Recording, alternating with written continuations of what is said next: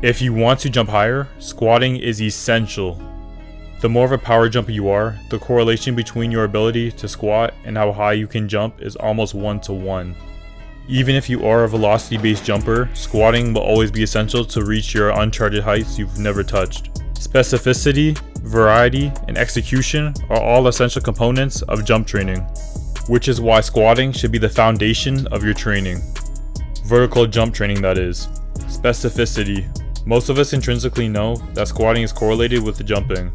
I mean, if you really think about it, jumping is just a variation of squatting. Ever heard of jump squats? What makes squatting and jumping so interchangeable is that they both take full advantage of the leverage you get in triple extension, while mainly prioritizing extension at the knees.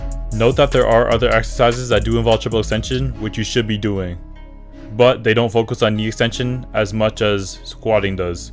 Now let's talk about variety. There are many ways to perform a squat: front, back, side, and even unilateral. This isn't even half of the options, and every variation has unique benefits for you to take advantage of. You want super strong knee tendons, sissy squats, and pistol squats. Do you want bulletproof knees and explosive quad strength? Jump squats all the way. And do you want to put so much plates on the bar that you can't even count how much weight you're squatting while still training at high velocities? Then half squats and quarter squats are your best friend. The options are almost limitless. You can even mix and match different types of squatting to get even more specific. Try weighted 1/2 pistol squat jumps. Okay, now that we know what squatting is all about, how do we execute this throughout the week? Okay, I'm warning y'all now. You guys are all really gonna hate me, but if I'm being honest, if you want to jump higher, you should be squatting at least every other day. That's 3 to 4 days a week. I'm not even saying that you gotta go crazy. Like, if you do 2 exercises every other day, that's like 6 to 8 sets every other day of just squatting, you should be good. You should be improving. Also, depending on which gyms I go to, I could be biking from 10 to 40 minutes a day because that's my means of transportation, you know. I would not recommend this, nor do I think it's optimal for training, but my legs have gotten so much more strong and powerful just from biking and squatting every single day. And the only downside is that my legs are constantly at like 30 to 50% fatigue. Like, it's to the point where I don't even feel pain in my legs anymore. Like, when I squat, it just feels like I'm squatting.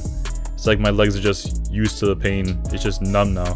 In the past year, my squat has improved almost 100 pounds, and this is while I'm still fatigued. I will make a list of all the squat variations I can think of off the top of my head, and you can just screenshot them. I'll have a description of how I would use them effectively for what kind of training. And yeah, just screenshot that or just pause the video. And yeah, in conclusion, remember that squatting should be the foundation of your jump training. And also make sure to execute the right variations of squats that most correlate with your style of jumping.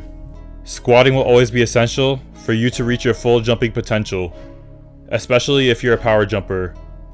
But if you do happen to be on the velocity side of the spectrum, I will have another video for you. So stay tuned.